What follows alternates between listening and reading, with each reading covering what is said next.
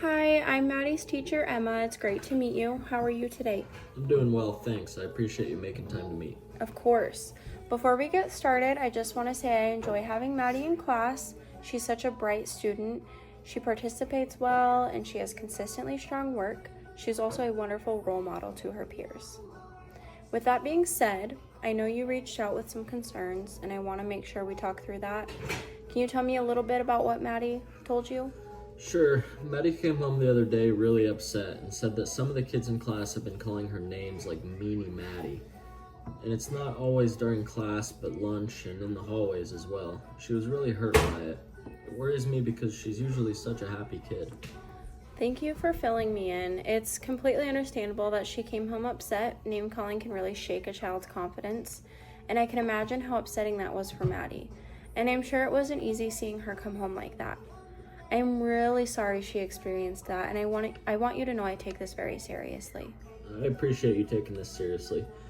We've had issues in the past with teachers not taking concerns as seriously. Of course. I just want to make sure I have all the details before we continue. Did Maddie mention if it was the same students each time? Actually, yes, she said it was Sarah, Max, Anna, and John. Okay. Can you tell me when she first noticed this happening? I first heard it last week, maybe, but Maddie said it's been going on for a couple of weeks. I am so sorry to hear that this has been going unnoticed by me for so long. Has she shared how she usually reacts in the moment? I asked her what she says, and she told me she just walks away and tries to ignore them. Okay. It's good to hear that Maddie's not feeding into it and being mean back. Name calling like that is not okay in my classroom or anywhere at school. Maddie deserves to feel safe and respected, and I want to make sure we work through this and address this right away.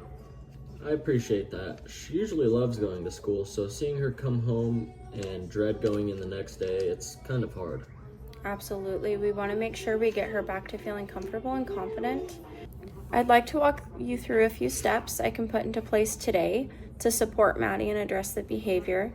Step 1 would be a private conversation with Maddie. I'll talk with Maddie one-on-one today. I'll reassure her she's safe, supported, and that what's happening is not okay.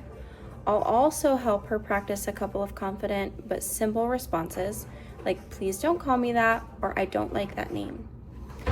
My next step would be to increase monitoring. I'll be more intentional about checking in during the less structured times like hallway transitions, lining up, lunch, and recess if needed. These are the times when teasing tends to occur most often. My third step would be a whole class expectations reset. Without singling anyone out, I'll lead a whole class discussion on kindness, respect, how our words affect others, what to do if we hear unkind talk, revisiting classroom norms we created earlier in the year. This all will reinforce expectations for everyone. My fourth and final step would be classroom community building activities. Over the next few weeks, I'll incorporate activities on teamwork, empathy, cooperative learning, noticing and naming positive peer behaviors. This all helps shift the class dynamic towards kindness and connection. How do you feel about me putting this plan into action? That sounds great. I think just knowing she can come to you will help her a lot. At home, we've been reminding her that she's a good person and doesn't deserve to be treated like that. But she's still a bit sensitive about it. That makes sense. Sometimes even when we know it's not true, words can really sting. Even if it's okay with you, I'd like to set 2 clear goals, one short-term and one long-term. Yeah, that sounds great. Awesome. My short-term goal will be to ensure Maddie feels safe, supported, and comfortable coming to school again. I'll check in with her every morning this week, even just for a minute or two. For long-term, I'd like to build a classroom environment where teasing isn't tolerated and everyone feels valued. The respect-focused lessons and community building activities will support this. I like that plan. Is there anything we can do at home to help out?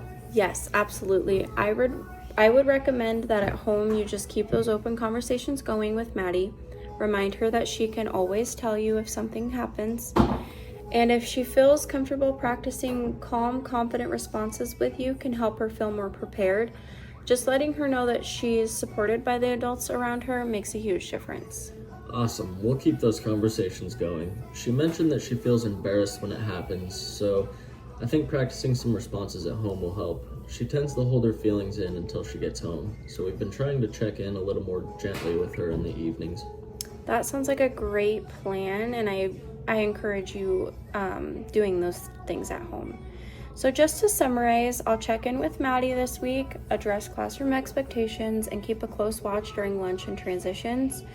We'll also incorporate some respect-focused activities with the class. I'd like to meet back with you in about a week to discuss how things are going. How does that sound?